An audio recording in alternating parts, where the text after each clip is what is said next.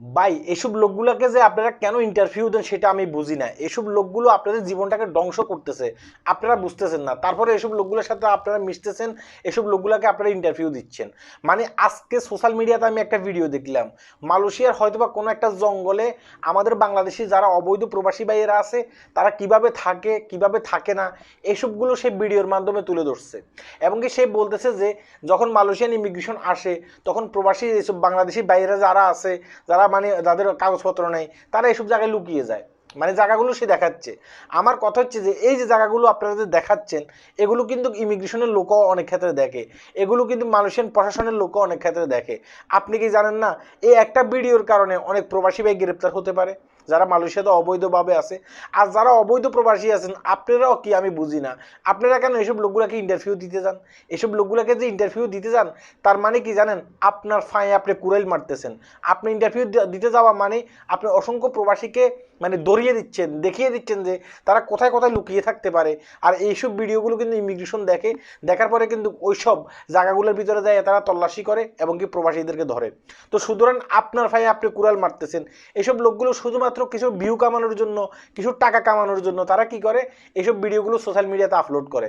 আমিও পারতাম যে ভিডিওটি সে আপলোড করছে সোশ্যাল মিডিয়াতে সেই ভিডিওটা এখানে এসে আপনাদেরকে দেখানোর জন্য, দেখেন এই ভিডিওটা এক ইউটিউবার ছাড়ছে, আমি কিন্তু এভাবে কথা বলতে পারতাম। কারণ এই ভিডিওটা যখন আমি দেব তখন আরো অনেক মালয়েশিয়ান যে ইমিগ্রেশনের লোকজন আছে তারা কিন্তু দেখতে পাবে, তারা কিন্তু তাদের জায়গা থেকে বুঝতে পারবে যে অমুক জায়গায় অমুক শহরে কিছু কিছু প্রবাসী লুকিয়ে থাকে এসব বন্ধ করে, তারা কিন্তু এই বিষয়গুলো বুঝতে পারবে। তাই আমি আপনাদেরকে বলতেছি ভাই এসব ইউটিউবাররা যখন আপনাদের কাছে যাবে, আপনাদের কাছে ইন্টারভিউ নিতে চাইবে, তাদেরকে আপনারা ইন্টারভিউ দেবেন না, তাদেরকে এড়িয়ে চলার চেষ্টা করবেন।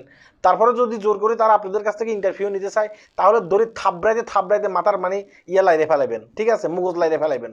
নয়তোবা দেখা গেছে কি আপনি বিপদে পড়বেন। আমি ওই ভিডিওতে দেখলাম যে অনেক প্রবাসী ভাই আছে খুবই সহজ সরলভাবে তাদেরকে ইন্টারভিউ দিচ্ছে। ভাই আপনি যে ইন্টারভিউ দিচ্ছেন, কেন আপনি ইন্টারভিউ দিচ্ছেন? ইন্টারভিউ দিয়ে কি আপনার লাভ হচ্ছে? ইন্টারভিউ দেওয়ার পরে কি বাংলাদেশ সরকারের পক্ষ থেকে কেউ একজন এসে আপনাকে বৈধতা সার্টিফিকেট দিয়ে দেবে? তারা তো এগুলো দেবে না, তাই না?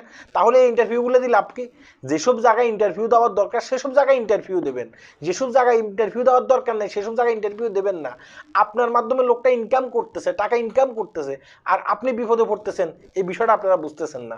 এটা নিয়ে আমি আরও আগেও ভিডিও করছি, তারপরেও দেখলাম যে অনেক প্রবাসী ভাই আছে এই ধরনের ভিডিও করে এবং কি সেসব ভিডিওর সামনে যায় এবং কি কথা বলে, হ্যাঁ আমরা অমুক অমুক জায়গায় থাকি, এখানে থাকি সেখানে থাকি। অনেক ইউটিউবার আছে খুব সুন্দরভাবে এইসব ভিডিওগুলো ক্যাপচার করে এনে তাদের সোশ্যাল মিডিয়াতে ছাড়ে আর তারা টাকা ইনকাম করে। আর বাঁশ খাইলে পরবর্তীতে অবৈধ প্রবাসী যারা আছে ওইসব বন জঙ্গলে লুকিয়ে থাকে তারাই কিন্তু বাঁশ খায়। এখন আপনারা মানবেন না মানবেন সেটা আপনাদের ব্যক্তিগত ব্যাপার, যেটা আমার জায়গা থেকে আমি বলছি, হ্যাঁ সত্য বলতেছি।